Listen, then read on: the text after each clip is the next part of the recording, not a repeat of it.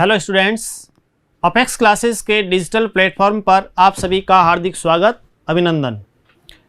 My name is Lakshman Singh Rao, your English educator. जैसा कि हम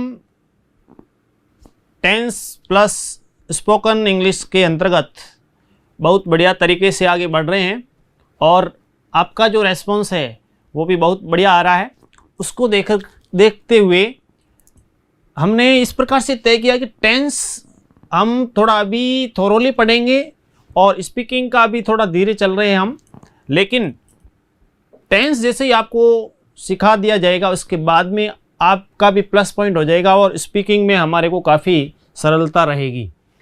तो इसी के अंतर्गत बहुत सारे आपके जो रेस्पॉन्स बहुत बढ़िया आ रहे हैं, उसको लेकर के भी नए नए हज़ारों की संख्या में आपकी संख्या रहती है, इसलिए काफ़ी जो भी प्रश्न पूछे हैं उसका उत्तर देने का भी प्रयास करूंगा। महिपाल सिंह जिन्होंने कुछ प्रश्न पूछ भी रहे हैं, प्रवीण सिंह जी लंगेरा, नरपत सिंह चौहटन से, अमित दैया अहमदाबाद से, देखो अहमदाबाद, श्री गंगानगर, जयपुर, बांसवाड़ा काफ़ी लोग जुड़ते हैं। सोहन सिंह बेंगलुरु से, उसी प्रकार से कान सिंह घेवड़ा से, मयंक ने सवाल पूछे हैं और रेस्पॉन्स भी दिया है। शक्तिराम के काफ़ी अच्छे जवाब आते हैं। कवि सुजल धाकड़, हरिओम मीणा, वीर सैनी, आपने भी काफ़ी अच्छे रेस्पॉन्स दिए हैं, बहुत अच्छी बात है।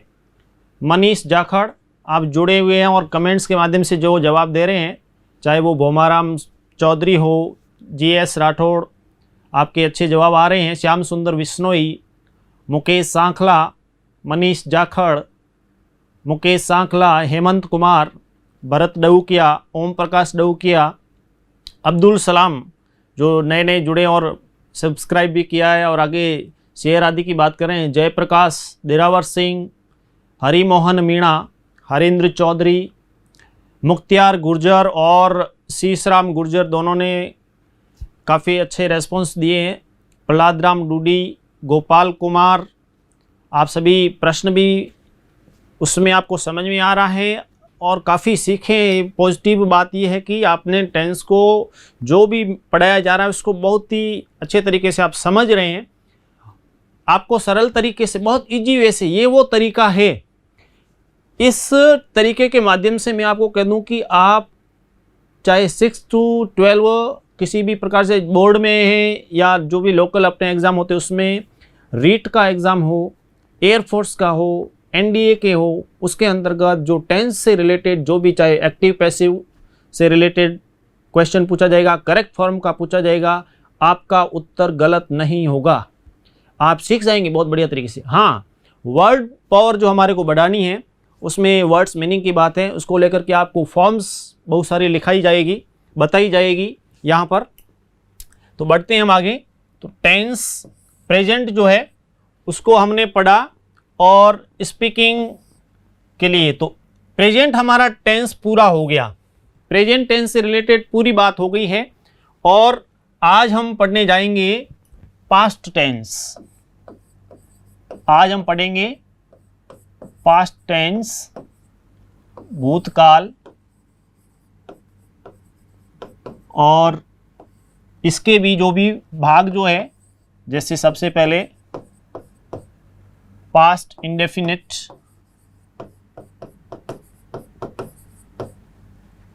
यानी सिंपल पास्ट,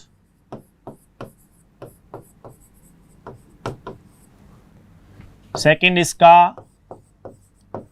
पास्ट कंटिन्यूअस,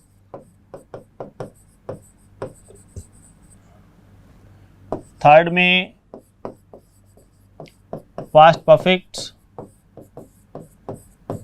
और फोर्थ इसका हिस्सा है पास्ट परफेक्ट कंटिन्यूअस। सभी में हमने पहले भी कहा, ये तो भाग हो गए जिसको मैंने पहले भी बताया है, ये हमारे को ध्यान होना चाहिए। अब हम जो इसमें पढ़ेंगे तो इसके अंतर्गत हम इंट्रोडक्शन इन हिंदी, हिंदी में पहचान, इंट्रोडक्शन इन इंग्लिश, अंग्रेजी में पहचान,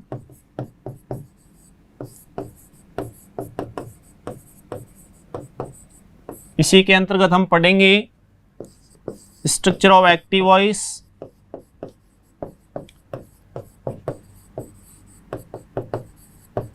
इसी में स्ट्रक्चर ऑफ पैसिव,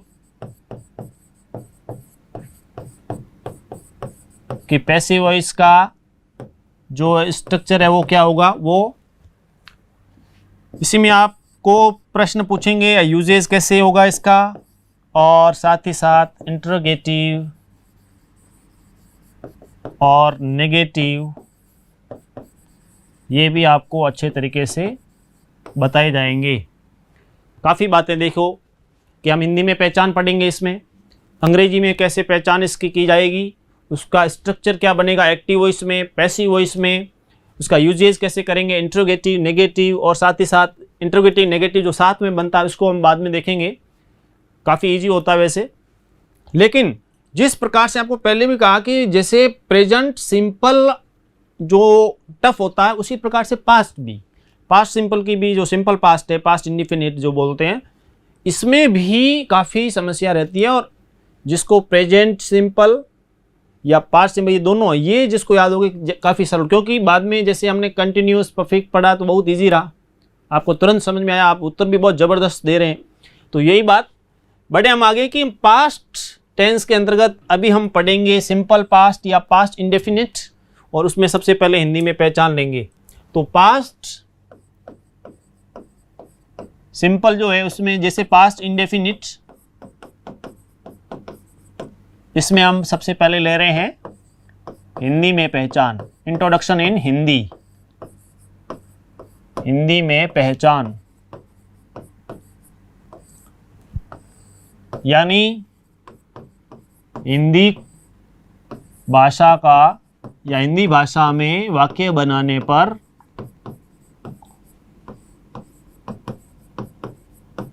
हिंदी भाषा में वाक्य बनाने पर अंत में जैसे ता था, ती थी, ते थे, या फिर या था, ठीक है ना, ई थी, इस टाइप से, इस प्रकार से सेंटेंस बनेगा। उदाहरण के तौर पे मैं गृह कार्य करता था, वह कपड़े धोती थी, खरगोश तेज दौड़ता था,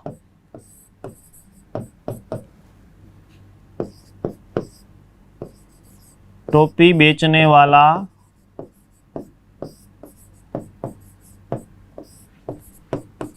टोपियां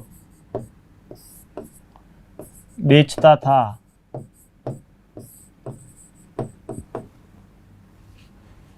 इस प्रकार के वाक्य, या शेर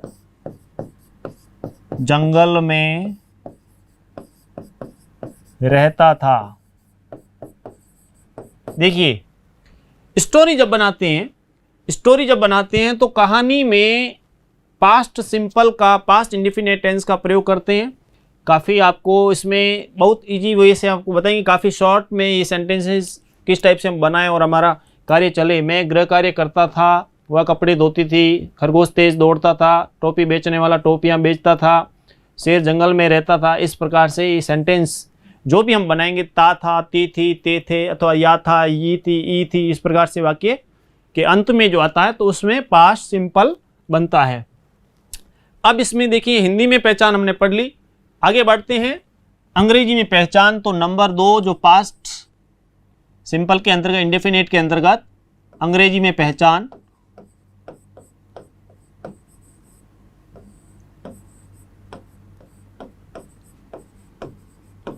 अंग्रेजी में पहचान। तो इसमें देखिए सबसे महत्वपूर्ण बात है, एक तो ये कि मुख्य क्रिया मतलब मेन वर्ब, मुख्य क्रिया की यहां पर हमारे को मुख्य क्रिया की आप सेकेंड फॉर्म का प्रयोग करेंगे सभी के साथ।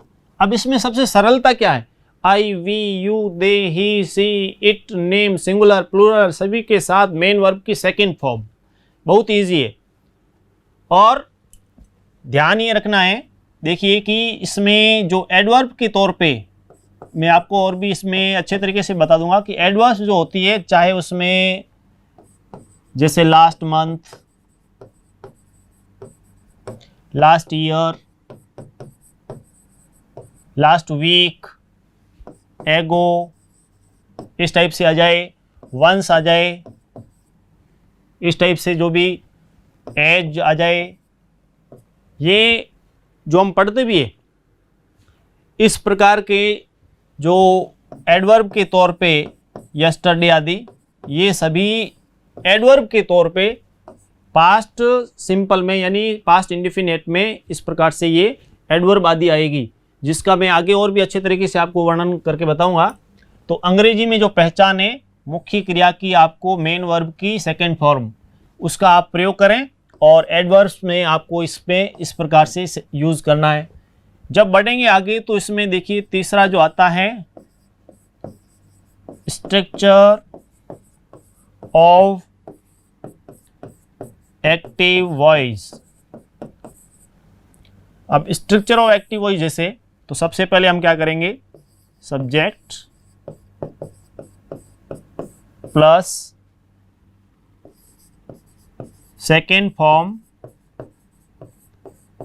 ऑफ द मेन वर्ब की second form plus object plus other word,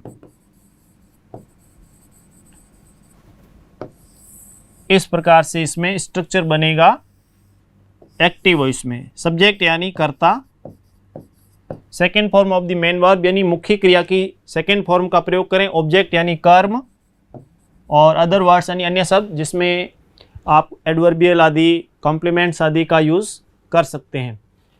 तो पास्ट इंडेफिनेट में हिंदी में पहचान बताई, अंग्रेजी में पहचान मेन वर्ब की सेकेंड फॉर्म प्लस और क्या आता है, और ये देखिए कि अंग्रेजी में जो पहचान होती है इंट्रोडक्शन इन इंग्लिश, उसमें एडवर्ब्स में देखिए कि yesterday, one day, once, ago, that day, as soon, as, when या केवल as, last week, last month, last year, sometimes back, long ago, last night, the other day, in 2001, या जो भी वर्ष बीत गया है उसको लेकर के आप उसमें पास्ट सिंपल का प्रयोग, जो सिंपल पास्ट का यूज होगा। इसमें देखिए कि हमने अंग्रेजी में जो पहचान पढ़ी मुख्य क्रिया मेन वर्ब की सेकेंड फॉर्म, और उसमें ये एडवर्ब्स आगे और भी मैंने अच्छे तरीके से बता दिए। आपको स्ट्रक्चर याद होना चाहिए, क्या कि सबसे पहले आपको सब्जेक्ट लेना है, कर्ता लेना है, I, we, you, they, he, she, it, name, कोई भी नाम हो सकता है, उसमें सिंगुलर, प्लूरल जो भी आएगा, और उसके बाद में मेन वर्ब की सेकेंड फॉर्म लगा दीजिए, और ऑब्जेक्ट, कर्म और अदर वर्ड जो है, इसमें आपके सेंटेंस बहुत इजी तरीके से बन जाएगा। अब इसमें देखिए नेक्स्ट में जो कि अंग्रेजी में जो पहचान हमने पढ़ी है, उसमें एडवर्ब्स में यस्टरडे जो बीता हुआ कल है उसको लेकर के, वन डे एक दिन, हम जब स्टोरी आदि में आप लिखते हैं देखो, once there was, once upon a time, long ago, इस प्रकार से ये जो आते हैं ये सब पास्ट सिंपल में, that day, as soon as, when, when यानी जब, उसी प्रकार से एज, या फिर last week, last month, last year, sometimes back, long ago, last night, the other day, ये सब एडवर्ब्स है जो कि पास्ट सिंपल के अंतर्गत यूज में ली जाएगी। यहाँ पर जो प्रश्न पूछा है, एक दो आप में से कईयों ने एक बार इस प्रकार से मेंशन पहले भी किया था और आज भी, जो कि जैसे यहाँ पे दिया है कि I reached there on time, और दूसरा है I reached there in time. ये सब्जेक्ट, ये सेकेंड फॉर्म होगी, और इसके बाद में अदर वर्ड्स में इस टाइप से है। ये भी पास्ट सिंपल से related, I reached there in time. अब यहाँ पे इसलिए बताया कि इसमें जो ऑन टाइम और इन टाइम, इसका क्या फ़र्क है। एक में लिखा I reach there on time, एक में लिखा I reach there in time. अब इसमें फ़र्क ये रहेगा कि जैसे ऑन टाइम और इन टाइम में क्या डिफरेंस है, कि जब आपको कोई भी प्रोग्राम था उसमें आपको इनविटेशन मिला था और 8 बजे आने को कहा था, आपको कहा कि 8 बजे पहुंचना है, और आप 8 बजे पहुंच गए। 8 बजे उस समय ही पहुंचे, आप 8 बजे बुलाया था और 8 बजे पहुंचे, तो आ गया ऑन टाइम। आपको 8 बजे बुलाया था और आप 8 बजे से पहले, 7:45, पौने 8, ठीक है, पौने 8 के लिए 7:45 आएगा। जैसे हम बोलते हैं ना पौने 8, पौने 8, पौने 9, पौने 10, जो भी हो, पौने 8 बजे। पौने 8 का अर्थ क्या हुआ, पौने 8 बजे का अर्थ हो गया 7:45, और इसको बोलेंगे 7:45, पौने 8 बजे। अब आपको 8 बजे बुलाया था, तब तो ऐसी स्थिति में आप वहाँ पे 8 बजे ही पहुँचे, तो I reach there on time, जो भी समय था उसके ओर और मान लीजिए आप उसमें जो समय बुलाया था उससे आप पहले पहुँचे, उसी समय पर पहुँचे, तो आप ऐसे नहीं कि 8 बजे पहुँचा, ऐसे नहीं कि उस समय, जो समय निर्धारित किया गया था उस समय पर पहुँचे आप। तो ऐसी स्थिति में उस समय पर पहुँचे तो ऑन टाइम का यूज़, और उस समय से पहले, उस समय से पहले यदि आप पहुंच जाते हैं 15 मिनट पहले, आधा घंटा पहले, तो आएगा I reach there in time, समय रहते पहुंच गया कहने का अर्थ। ये इसमें फ़र्क रहता है इन टाइम और ऑन टाइम का, इसका भी आपको यूज़ करते हुए ध्यान रखना है। और ये जो स्पीकिंग के अंतर्गत यदि कोई पूछे कि पौने 8 बजे हैं, पौने 9 बजे हैं, पौने 10, पौने 11, जो भी है, तो उसमें 7:45, और यदि उसमें ऊपर हो जाते हैं तो 7:15, 8:15, 9:15, 10:15, जो भी, इस प्रकार से। तो ये जो सेंटेंस इसमें यहाँ पे दिया, इसमें डिफरेंस के लिए कि ऑन टाइम और इन टाइम का क्या जो फ़र्क है उसको लेकर के एक्सप्लेन किया आपको। अब देखिए यहाँ पे और भी कि प्रेजेंट परफेक्ट टेंस और पास्ट परफेक्ट इंडेफिनिट जो होता है, पास्ट इंडेफिनिट, ध्यान दें, प्रेजेंट परफेक्ट और पास्ट इंडेफिनिट। प्रेजेंट परफेक्ट जिसमें है जो लगता है, और पास्ट इंडेफिनिट जिसको हम अभी पढ़ रहे हैं, इसका प्रयोग बड़ी ही सावधानी से करना चाहिए, ठीक है। जैसे मान लीजिए आपके यहाँ दूध वाला प्रतिदिन प्रातः 6 से 7 बजे के बीच दूध देने आता है। मान लीजिए कोई भी दूध देने वाला है आपके यहाँ पर 6 से 7 बजे के बीच में आता है, तो 7 बजे तक, 6 से 7 के बीच में, 7 बजे तक तो वो प्रेजेंट परफेक्ट में होगा। लेकिन जैसे ही 7 बज गए, समय गुजर गया, तो उसके बाद में आप क्या करेंगे, यानी 7 बजे तक तो आप प्रेजेंट परफेक्ट का प्रयोग करेंगे, और आप क्या कहेंगे, आप कहेंगे कि has the milkman come yet this morning, कि क्या वो दूध वाला अभी है वो आया है या नहीं। तो उसके लिए तो ये बन जाएगा कि has the milkman come yet this morning. ये तो हो जाएगा जब तक वो आया है या नहीं आया उसके बारे में पूछ रहे तो प्रेजेंट परफेक्ट में। लेकिन परंतु 7 बजे के बाद में, 7 बज गए, समय गुजर गया, तो उसके बाद में आप क्या बोलेंगे, उस समय आप बोलेंगे कि did the milkman come this morning. ये पास्ट इंडेफिनिट में, क्योंकि वो समय बीत गया, वो टाइम जो उसका था निर्धारित उस समय वो गुजर गया है, वो पास्ट बन गया है, इसलिए स्थिति पास्ट इंडेफिनिट बनेगा। और पास्ट इंडेफिनिट में जब प्रश्न बनता है उस समय डिड का प्रयोग होता है, और यहाँ पे फर्स्ट फॉर्म। ये महत्वपूर्ण, बहुत ही महत्वपूर्ण है। इसको लेकर के और भी एक्सप्लेन अभी करूँगा, क्योंकि बोर्ड में जब भी प्रश्न पूछते हैं, स्पेशली 10th और 12th में, या फिर कोई भी कंपटीशन एग्जाम्स में, वहाँ पर जब प्रश्न होता है तो उस समय डिड का जो प्रयोग बहुत ज़्यादा होता है। जैसे प्रश्न में आया है कि why did Gandhi ji go to Champaran. मान लीजिए इस टाइप का प्रश्न आ गया। अब आपको जब उत्तर लिखना है तो उस समय आपको ध्यान रखना है कि प्रश्न में यदि डिड आया है, ये इंटरोगेटिव में आगे हम पढ़ेंगे, लेकिन थोड़ा यहाँ एक साथ में इसलिए एक्सप्लेन कर रहा हूँ, यहाँ इस पे डिड का प्रयोग दिया इसलिए कि why did Gandhi ji go to Champaran. तो जब उत्तर लिखेंगे तो उस समय यहाँ प्रश्न में डिड आया तो उत्तर लिखते समय मेन वर्ब की सेकंड फॉर्म का प्रयोग करना है। तो उसमें आप जब उत्तर लिखेंगे तो कैसे लिखेंगे कि गांधी जी